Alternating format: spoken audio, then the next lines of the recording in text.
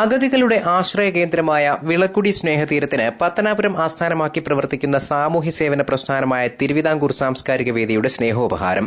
തെരുവിൽ ഉപേക്ഷിക്കപ്പെട്ടവരും മനോരോഗികളുമായ 170ഓളം അന്തേവാസികളുള്ള സ്നേഹതീരത്തിന്റെ സാരഥിയായ സിസ്റ്റർ റോസ്ലിൻ ചെറായിക്ക് തിരുവിതാംകൂർ സാംസ്കാരിക വേദി സമ്മാനിച്ച ambulance president P Chandrasekharan Nair കൈമാറി.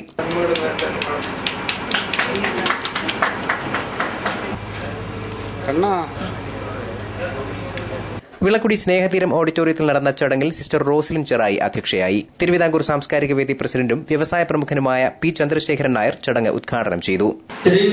കുട്ടികള്, സ്ത്രീകള്, ജനങ്ങള് ഒരുപാട് കഷ്ടത അനുഭവിക്കുന്ന ലക്ഷക്കണക്കിന് ആൾക്കാർ നമ്മുടെ ദേശത്തുണ്ട്.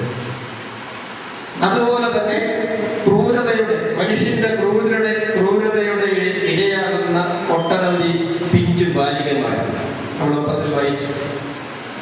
ഡൽഹി മാനഭംഗ കേസ് അതിദാരുണമായി പീഡിപ്പിക്കപ്പെട്ടു മരിച്ച കുട്ടി. ഇവിടുത്തെ നിയമസംഹിതകൾക്ക് ഇതിനെ തടയിടാൻ കഴിയാത്തൊരവസ്ഥയിലേക്ക് പോയിരിക്കുന്നു. ഇത് സംഭവിച്ചു കഴിഞ്ഞ് ഈ പ്രതികളെ പിടിച്ചു കഴിഞ്ഞപ്പോൾ വീണ്ടും വീണ്ടും വീണ്ടും ഇത് തന്നെ ആവർത്തിച്ചുകൊണ്ടേയിരിക്കുന്നു.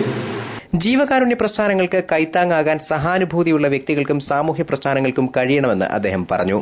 സാംസ്കാരിക വേദി secretary V M. Mohanan Pillai, treasurer Johnson K. Zachariah, മാധ്യമ സാംസ്കാരിക പ്രവർത്തകൻ പ്രദീപ് ഗുരുകുലം, YMCA പ്രതിനിധി K. George Kutty, Thomas Varghese, PKC Johnson, KG Harikumar, Cheriyachan, doctor Anandan, Abdul Azeez, George Thomas, Kunjappi, Wahid എന്നിവർ സംസാരിച്ചു. News bureau, Pathanapuram.